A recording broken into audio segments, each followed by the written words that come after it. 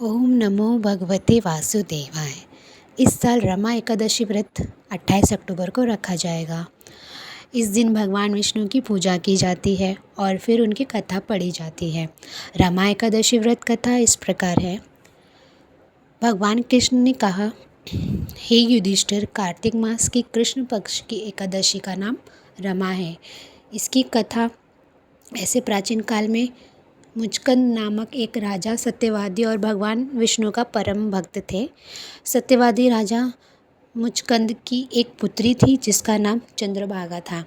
चंद्रभागा का विवाह अन्य नगरी के राजा के पुत्र शोभन से हुआ था।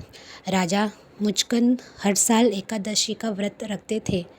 राजा के अलावा उनके राज्य के सभी लोग भी ये व्रत पूरे मन से रखते थे। चंद्रभागा के पति शोभन का शरीर काफ़ी कमज़ोर था, लेकिन वो एकादशी व्रत में बहुत श्रद्धा रखता था। एक दिन शोभन ससुराल में था और एकादशी आ गई। मुचकंद राजा ने राज्य भर में ऐलान कर दिया कि आज प्रजा के सभी लोगों को उपवास होगा।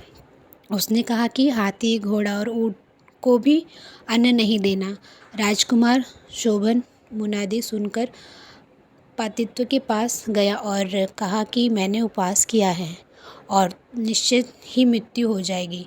उसने कहा कि उपवास की शक्ति ना हो तो यहाँ से कहीं और चली जाइए। पत्नी के कहने पर शोभन ने एकादशी का व्रत किया। दिन भर प्यासा रहा, रात को जागरण भी किया, लेकिन सुबह पारण के समय अपने प्राण त्याग दिए। व्रत के प्रभाव से अगले जन्म में उसे हिमाचल पर्वत पर रत्न जड़ित उत्तम नगर मिला। लेकिन राजा ने पति की मृत्यु के बाद चंद्रभागा अपने पिता के राजमहल में वापस आ जाती है और वहाँ रहकर खुद को पूजा पाठ में लीन कर लेती है।